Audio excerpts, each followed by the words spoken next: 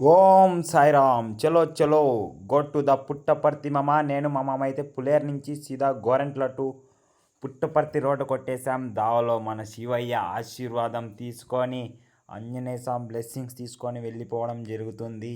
మామా యా పొద్దన్న మీరు శివయ్య గుడికి వెళ్ళిండ్రో?